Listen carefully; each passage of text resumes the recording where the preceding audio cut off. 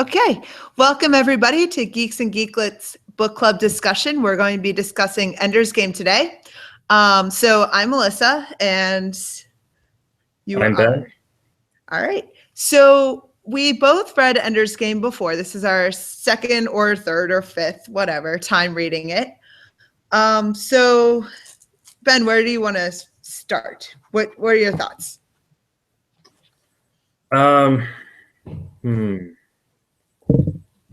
I guess we could start with Locke and Demosthenes. Demosthenes. Yeah, we'll start with how to pronounce Demosthenes. Yeah. That's what my husband told me it's pronounced. So if that's wrong, I apologize. Yeah.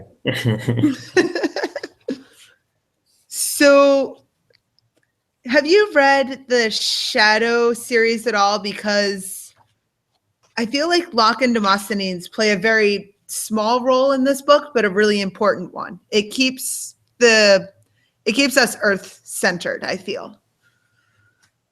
But I know yeah, go ahead.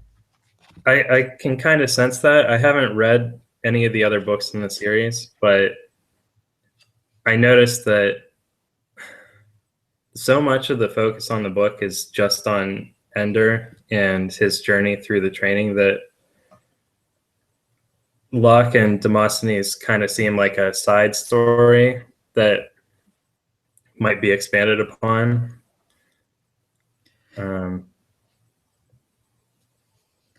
I kind of liked the break from Battle School. Like in my post-its, Locke and Demosthenes came up like 3 or 4 times sporadically throughout the book. And it was always nice to kind of take a break and say, okay, well, these are two people who are very integral to Ender's story. And it was cool to see how they were developing as well. Yeah, I agree.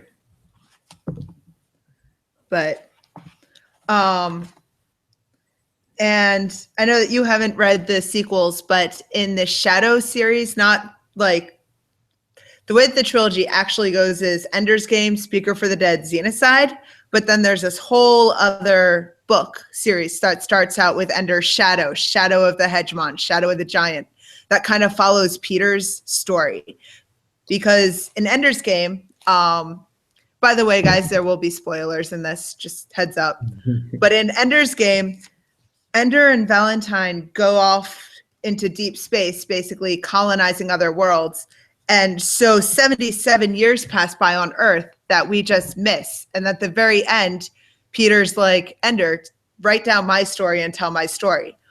And we really don't get to see how he rose to power and how he managed the world when he was in charge of the Hegemon. It's kind of implied, but we don't get that full story unless you read the other books in the series.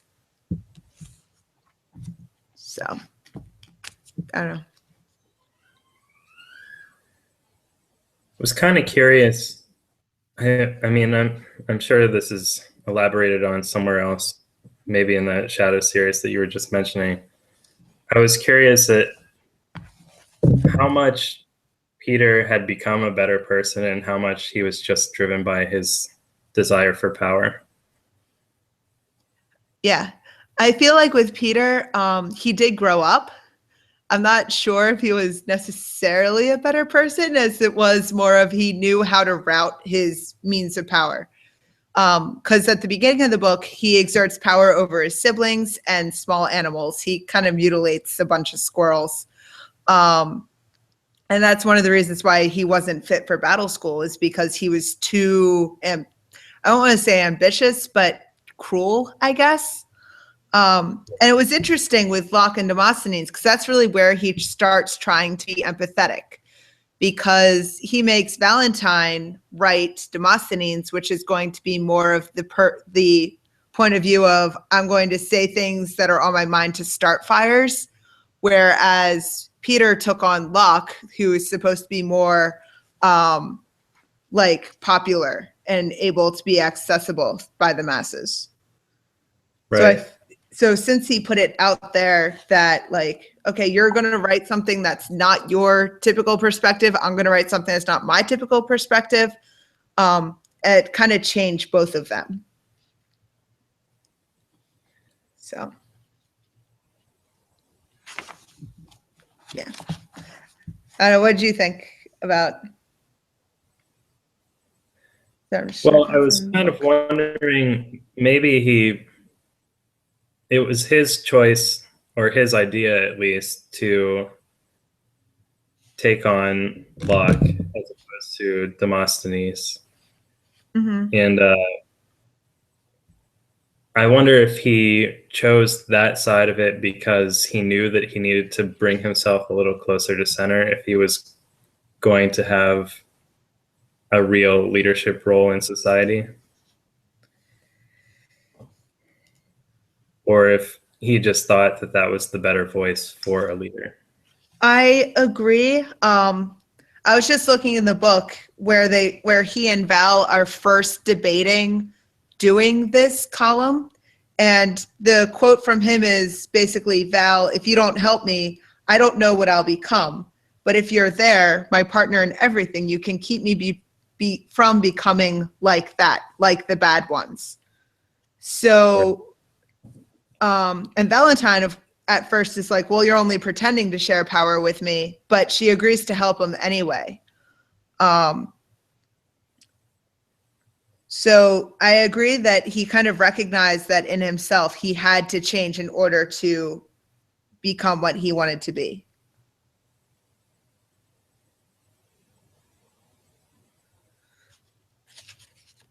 And then by the end, Valentine actually enjoyed writing Demosthenes, which was funny for her too. Yeah. Yeah. So,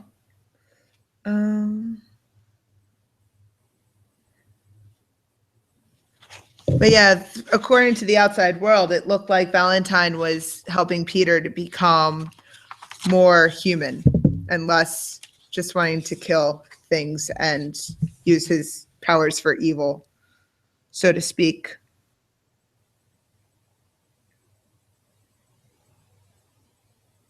Just seeing if there's anything else in here. It was kind of interesting how they took on their personas, because it seemed like Peter was using his as a means to an end, and that's why he was into it. And Valentine, on the other hand, I think enjoyed it because it was a character so far outside herself that she didn't have to be herself at all. And it was, in that way, it was really easy for her to step into a wholly separate person. Right. And I think they enjoyed the challenge of being two kids and presenting themselves as adults. Right. Yeah. Which goes back to, we both read this after the internet age already existed, but this book was first printed in 1977. So the idea of like two kids going on the net and being like, I'm actually this person, and having all that set up must have been really forward thinking at that time. Yeah. Yeah. Do you have his foreword in that edition of it? I do. Because I didn't read it.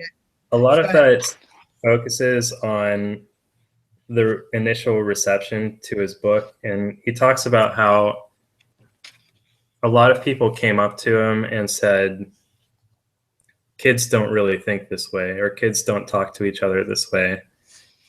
And that was something that he completely disagreed with.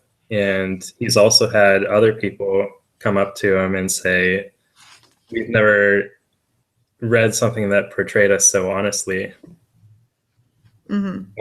And I think that, like you were saying, in the internet age, when everyone has access to anonymous communication, it's probably a little bit more believable.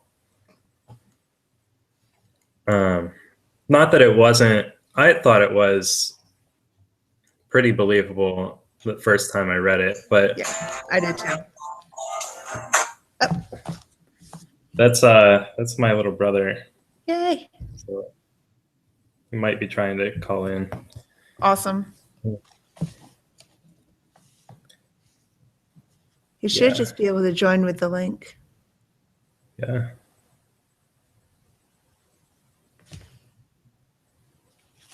Anyway, and also I don't think they really harped on it in the book, but Peter and Valentine did practice. They didn't just jump in immediately with Locke and Demosthenes. They went through some periods of time where they were just posting as random people and getting feedback and changing their writing styles based on their feedback. And that was only, I think they mentioned it in maybe a paragraph, but they weren't just going in there and being like, yeah, we're adults, we know what we're talking about. They actually practiced. So yeah.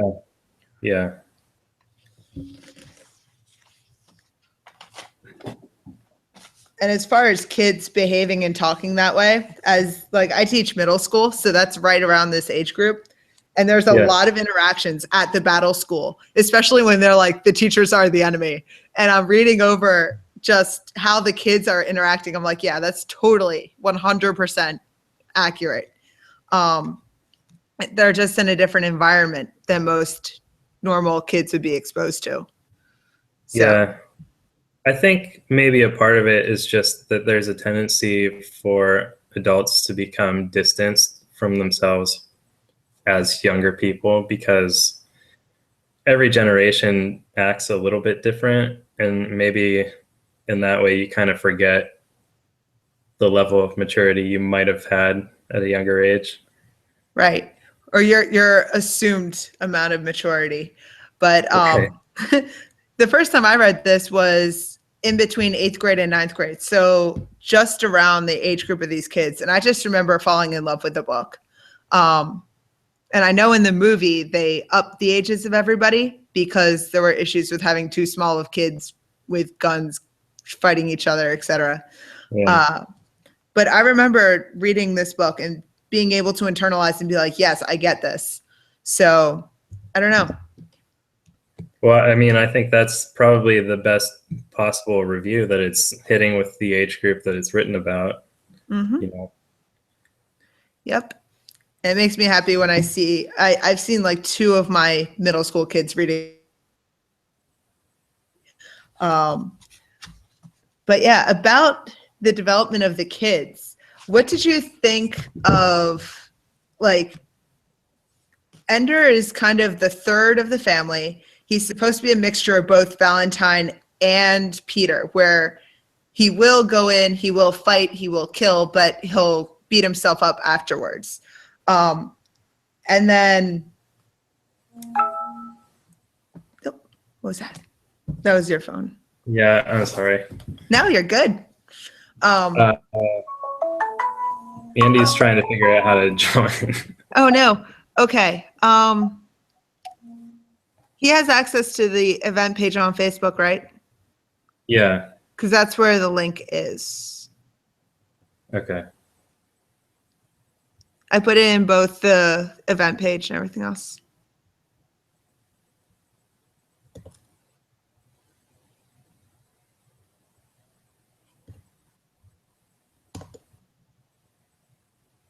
Okay. Sorry to interrupt that. No, it's fine. More the merrier.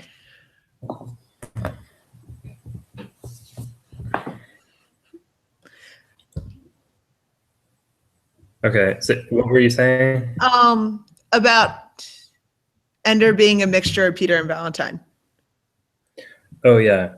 So do you think there is some kind of genetic modification that they were doing for each child to try to modify their behavior from one to the next? I kind of felt that way, but it wasn't explicitly stated because there was all this things like his parents had permission to have a third child. It was a big deal in their society.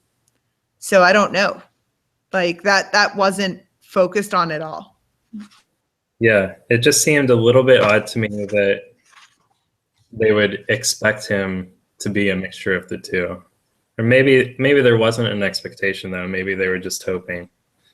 But I don't, that part of it seemed very organized because Peter was one and Valentine was the other, and Ender was right down the middle.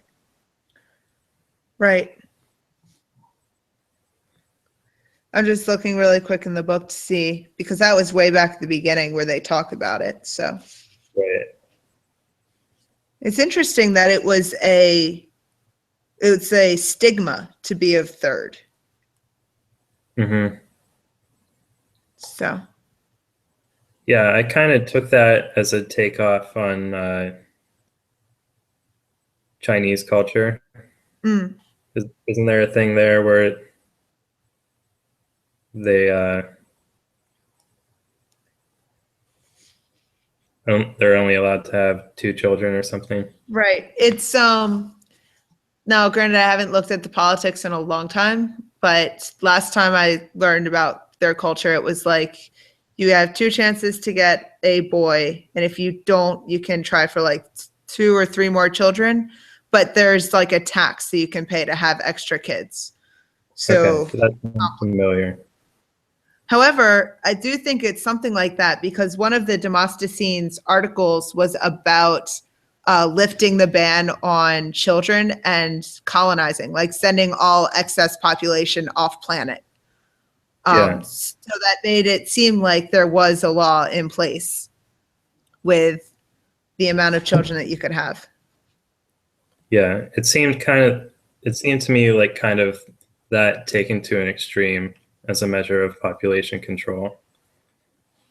Yeah. But the thing I like about Ender's Game is that the focus of the book is on Ender and his mental development, but the world is so rich with all of these like random little paragraph or sentence details that just make it more real and make it more elaborated. And I really think that's what Demosthenes and Locke really add to the book is it gives you that perspective of the world, not just the battle school. Yeah, it does flesh it out a little bit and make you keep in mind that there are larger problems at stake than just this war between the humans and the buggers. Mm-hmm. Um, so, and then also there's this interesting thing between Valentine and her father when she'd be sitting at the dinner table and her father would be talking about, oh, well, Demosthenes said this. And she was like, for really being careful not to say that it was her, but also being a little mortified that her father was agreeing with some of the positions that she was writing. I thought that was interesting. Yeah. I I don't really want to make this a completely political discussion, but I kind Yeah, I of know. saw some parallels between Demosthenes and Donald Trump. Maybe not so much. Yeah. I mean, it's probably taking it to the extreme, but certainly as someone that is laying down these really incendiary opinions and saying things that get a rise out of people. That's true because I know I 100% agree with you. Because that's what gets attention. And yeah, it would be very similar, like to what we're seeing now. I agree.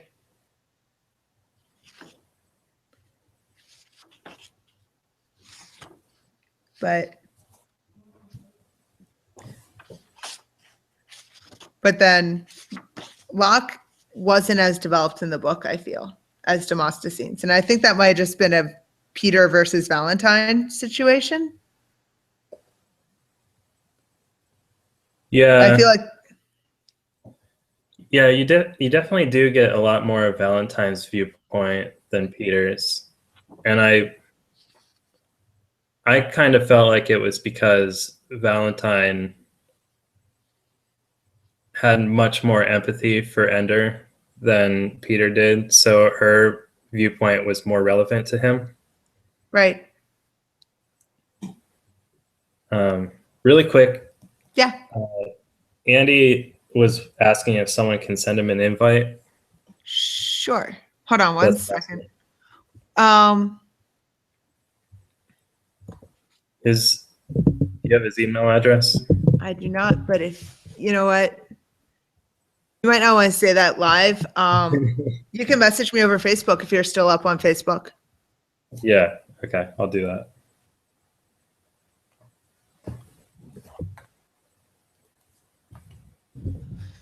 Sorry for the delay, guys. We're trying to get another guy in. It'll be great.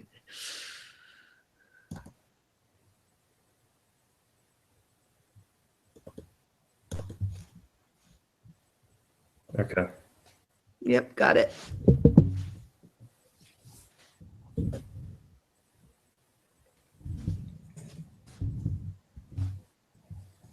Of course, when It's I never as copy. simple as you want it to be.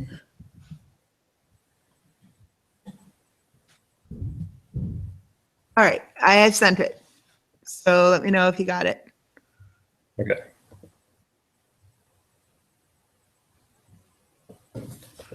And it would have been from Geeks and Geeklets, because that's one that I'm using.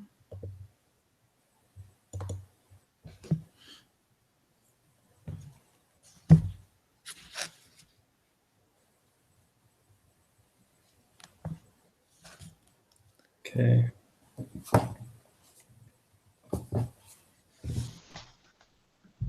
Hey! Andrew. Hello. Hello, dude. I'm so sorry, guys. 8:30 Eastern time is not the same as 8:30 Central time. Since when? Oh no, we're so, I feel your pain. Yeah, All right. So how many people do we have on here? just the three of us right now. Okay. Hi, I'm Melissa. So By what the have way. I missed? Oh, we're Hi. just Nice to talking meet you. about the book. Okay. We've been talking a lot about Locke and Demosthenes and about Peter and Valentine and how kids are portrayed in the novel. So, Okay. Yeah, I think those are really two interesting characters because I think there's like the full spectrum of what Ender is capable of, and I think it also kind of makes me think of like what each person is capable of. That there's someone who's evil in each of us, and there's someone who's good in each of us. and I agree with that because Peter and Valentine are the two spectrums, then Ender's in the center. Yeah. I thought it was interesting that they kind of flipped their roles to write Locke and Demosthenes, though. Like Yeah, Valentine, exactly. who's the good one, had to write the bad perspective, so to speak. Hmm. So, yeah, we were talking about how their characters change and grow empathy towards each other as the book goes on. So, and Andy, was this your first time reading the book? It was my second, but last time I read it was probably like junior year of high school, so it kind of felt like I was reading it for the first time again. Did anything new jump out at you reading it as an older person versus a younger person? Um,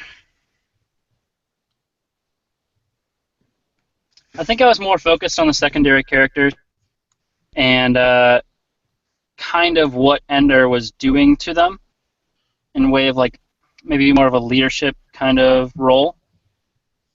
I think the first time I read it, I was kind of just trying to get through it so I could write about it for whatever paper I had to do.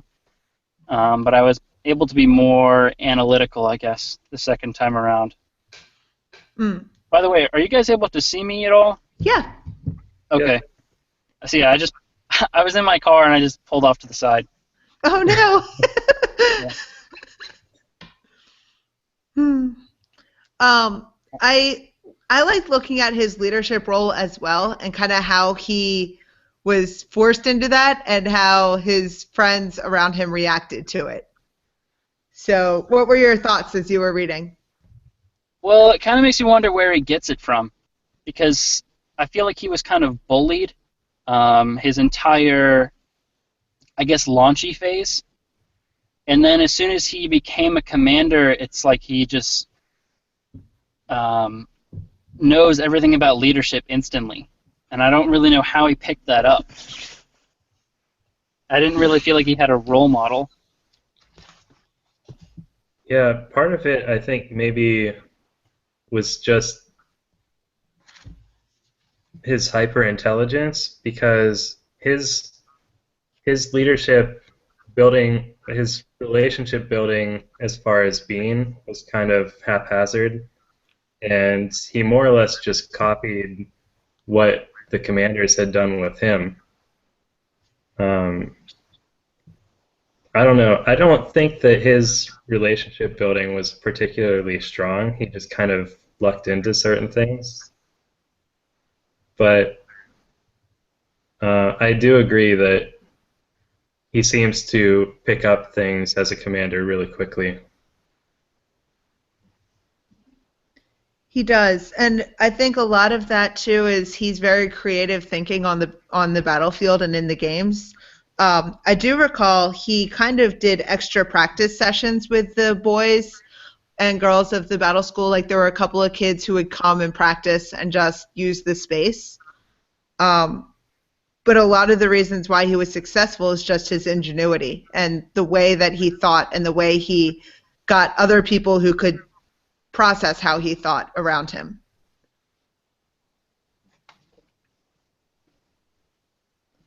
So do you think his leadership then is more just based on learn by doing or lead by doing better than anyone else, and then just because of that, he gets respect and people listen to him and trust him?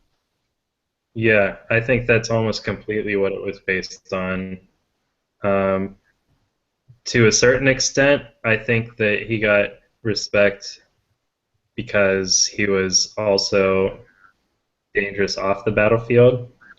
that's true. But within his own command unit, I think, yeah, it was leadership by example, leadership by being perfect as a commander.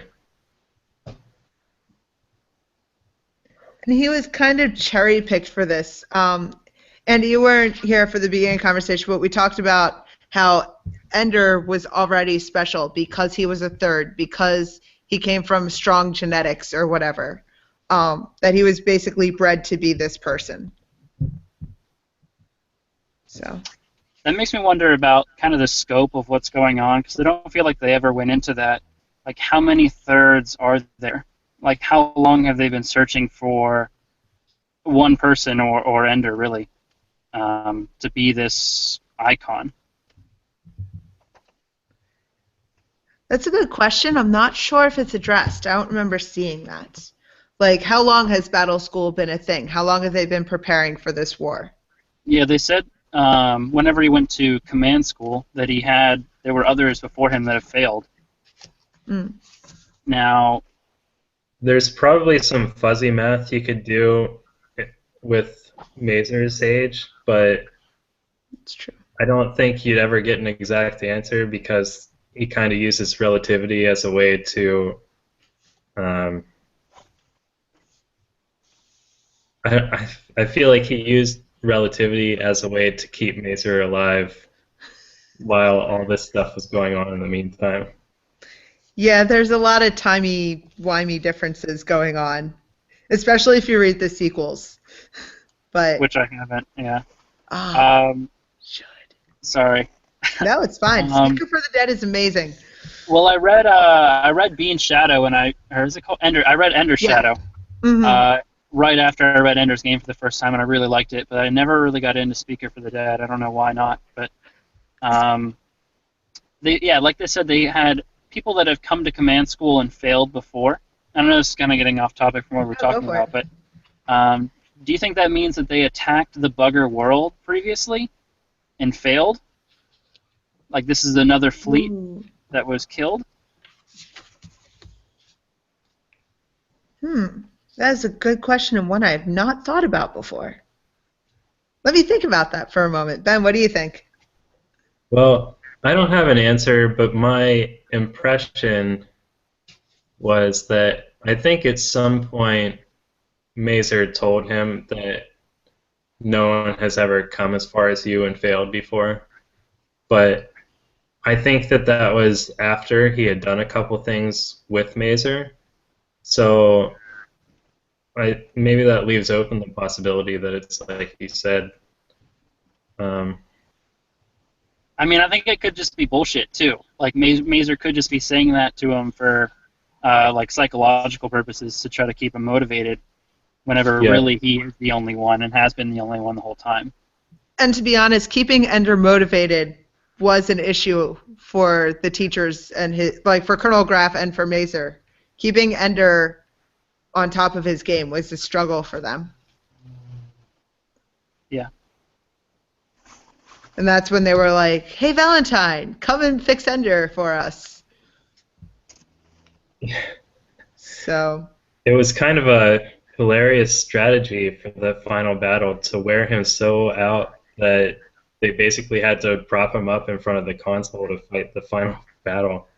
Yeah. Well, it's a high-stress environment, and the funny thing about that was the dichotomy between the adults' reactions to, like, this is the most important thing ever, and the kids are like, dude, we're playing a game. Chill out. Because they didn't tell the kids what they were doing. Well, like, I think they kind of had to, because the way that Ender, and I guess anyone that was really involved would have acted, would have been totally different had they known that people were dying. It's totally true. And they wouldn't have... Yeah, go ahead. The other interesting thing about the dichotomy there is that these kids, none of them knew what was actually going on, but they're the ones that were just taken to the limit, while all the adults that know the truth and should be morally struggling with this are just fine. They're not really showing any effects from it at all, except for Graf, whose real concern just seems to be for Ender. Mm-hmm. He just gets fat. Yeah. Yeah, and I think part of the reason why they don't have the empathy is because they see the buggers as things, not necessarily, they don't have any feelings towards the buggers other than they invaded our world. Whereas Ender was more of a, I want to know my enemy, I want to learn about them, I want to empathize with them so that I know how to beat them. And it is interesting that they took younger kids instead of adult soldiers to kind of attack the buggers. So this is, I was kind of thinking about this as like a way of like African children soldiers comparison, and how we're like taking these raw people, using them for a purpose, and then kind of discarding them afterwards. So do you think that the government or whatever was using these kids has any plan for them post-battle, post-war? Funny you should mention that. If you continue reading the Shadow series, going from Ender Shadow, Shadow Puppet, Shadow the Hegemon, etc., there's like 5 or 6 books. It does go into what happens to Petra and Peter and Bean. Because basically they get back to Earth as war heroes because of all of this nonsense that went on in Ender's game. And Ender instead runs away from everything. He doesn't ever go back home. He goes off and does his own thing because he's so broken by this experience. And he knows how like corruptible he is as well. Yeah. He doesn't want to be a pawn for anybody else. Exactly. Whereas Peter, who takes over on Earth, wants everybody to be his pawn. So, yeah. I do like that Valentine and Ender kind of go off together at the end. That makes me happy. But what do you guys think of the very last pages when they get to the bugger world and it's the same as the game? I remember that kind of blowing my mind when I was little. But yeah, it kind of blew my mind because it kind of throws away everything we thought was possible. I mean, like, so they're basically telling us that the buggers got in Ender's head? Pretty much. Somehow? Okay. Yeah, how is that possible? I don't know. It's just really thrown in. I thought the whole concept of the psychological game and using that game to kind of monitor students was very diabolical as far as teachers go. But it was interesting to see how Ender overcame those obstacles, because just like Ender wanted to know the buggers, it almost seemed like the buggers wanted to know Ender as well. So I thought it was kind of crazy that they designed a game and then they had no explanation for what was going on in that said game. Yeah, I was kind of wondering if the buggers they only had access to Ender's head, or if somehow they had access to the game as well. Because, I don't know, it seemed like the game makers really had no idea where it was going. that's a valid point. And also, I keep putting in when this book was originally came out in like the late 70s. Video games weren't what they are now. So now reading it, we're probably very adept at visualizing, okay, this is the game, this is what's going on. Whereas we know about computer coding, we know about all these different things that wasn't as developed and widespread knowledge back then. So I feel like it allows it to be more sci-fi and be like, well, where did this game come from? Who developed it? We don't know. So. I feel like they mentioned in the book that they were connecting to Ender through the Ansible. Mm-hmm. Did they? Okay, they did say that. Why is that really necessary? Because if the buggers can communicate instantaneously with any real creature, then what do they need that machine for? Hold on, wait. The buggers were communicating with Ender through the Ansible? Well, they were like reading his brain, weren't they? They were. I don't know if they went into how. Hold on, let me look. That's the problem with science fiction. Yeah, right? And Card actually does a decent job with his novels of addressing most of those things. I feel like in Speaker for the Dead, the second book, where Ender's going around with the cocoon, it gets a little bit more into how the buggers can talk to him. But I'm not sure. Actually, I'm glad you mentioned that. So Ender's on their one of their home planets, and he basically finds a baby queen. Did I kind of understand that right? You did. How did it survive? It was on, I have no idea. I would say that it survived because it was on an extra planet, and they put it somewhere where they knew Ender would find it. Is my thinking on that. Do you think the buggers then knew that they were going to be destroyed? Actually, I think they did. Hold on, let me see where I found it. Hold on. Because when he first comes up to the queen, there's like an exchange that happens. He gets visions and things like that.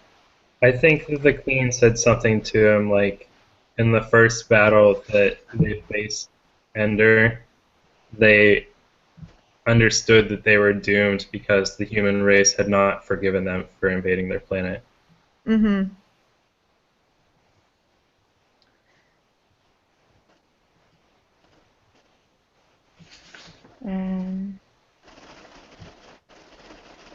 I'm sorry if it's getting loud on my end. It's raining Uh-oh. on the car pretty hard.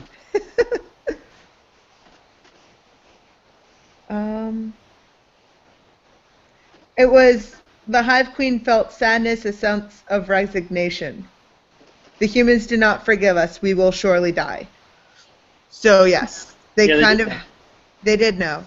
But Ender replies with, Ender says he can't bring her back right now because her children are the monsters of their nightmares. If I awoke you, we would only kill you again.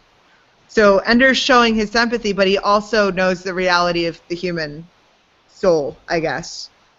So his idea is to just wait long enough that people don't fear the buggers anymore to awaken this queen? His plan, it says, is if you could make them feel as you can make me feel, then perhaps they could forgive you. So he writes the book Speaker for the Dead and puts in that book the bugger story, essentially. And then that propagates the world and becomes a religion. And then it takes Ender a really long time and a lot of space jumping to figure out where to raise the Bugger Queen, and that's more Speaker for the Dead novel. That's where that novel goes into. So, yeah. I can't imagine that playing out without Ender somehow becoming a martyr or like the enemy of the human race, basically. He kind of does. Okay. Spoiler. Because he goes from being, because he inspires empathy for the buggers, they go from being like, yay, war heroes, to mass murderers, and how could you do this? How could you wipe out a whole race? Right. It's really interesting to see how it all works out in Speaker for the Dead and Xenocide. But, yep. Andrew, have you seen the movie? I have. I honestly can't remember it though. I know that sounds silly. I think I saw it in college whenever it came out. I know that I didn't really like it. But I honestly can't remember why. It's ridiculous. As far as I need to rewatch it. As far as sci-fi movies go, I thought it was good. It basically just focused on the battle school and Ender. It completely disregards Valentine and Peter, Locke and Demosthenes and all that. So that's the only gripe I had with it. As far as book to movie adaptations go, it wasn't terrible. But I don't know. I think just as a movie, it was pretty good. You know, usually people who read the book are going to be disappointed in an adaptation. And I think that that's true even when the movie turns out really well. But if I remember right, that movie had a lot of negative criticism because of Orson Scott Card leading into it. And I think that that probably kind of shot it in the foot before it ever got off the ground. Yeah, Orson Scott Card is kind of a real-life jerk. He writes really, really awesome stories, but in person he's kind of a terrible human being. So, and I say that lovingly because I love his work. Is he still alive? Yeah, he's still alive. He's still working and doing things. His theory on the movie, and this is kind of what I remember from my high school self, is that he didn't want a movie of Ender's Game until technology had caught up that it could be done right. So that's probably why he had a lot of criticism for it, because it wasn't to the level that he wanted the movie to be. Because that's how he is. But, yep. So, anyway, we're coming up on 9:30 here. So, what are our final thoughts of Ender's Game? What do we like? What we don't like?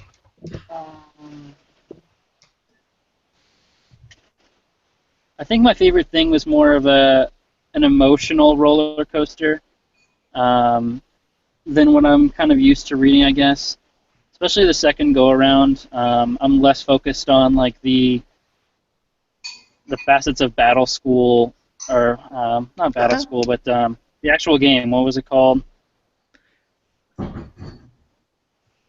Do you mean the Well, whatever. I'm less Battle Room, right? Oh, okay. Yes, Yeah. Battle Room. Yeah. Yeah, I'm less focused on how things are working in the battle room and how he's winning these battles than I am the emotional turmoil that he's put through. And I thought that was more interesting this time.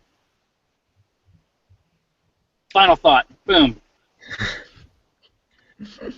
My take on it is the first time around, the only thing I could really think about after I finished was that huge M. Night Shyamalan twist at the end.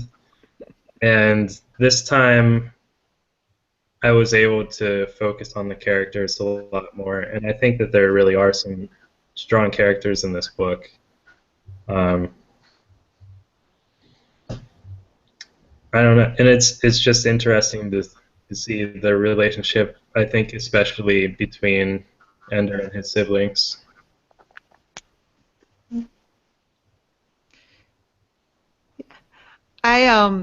I think that for me, when I was reading it, I tried to remember how I felt the first time that I found out that it wasn't a simulation and it was real life.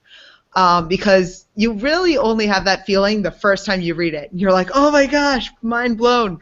But I agree with you. Reading it as an adult versus a 13-year-old, I was definitely more focused on the world and what was going on that was driving these decisions that were pushing Ender to be who he turned out to be and pushing Peter and Valentine to be who they turned out to be. And just watching the interactions between the adults and the kids and how it was working out. And I definitely got something out of it for reading it again as a more mature person. But it's a fantastic book, and I would still recommend it to anybody.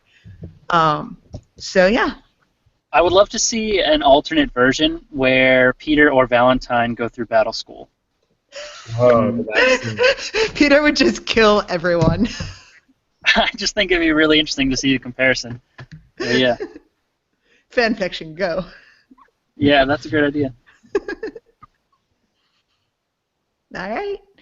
Well, thanks for joining us as we talked about Ender's Game. We're going to stop our broadcast now.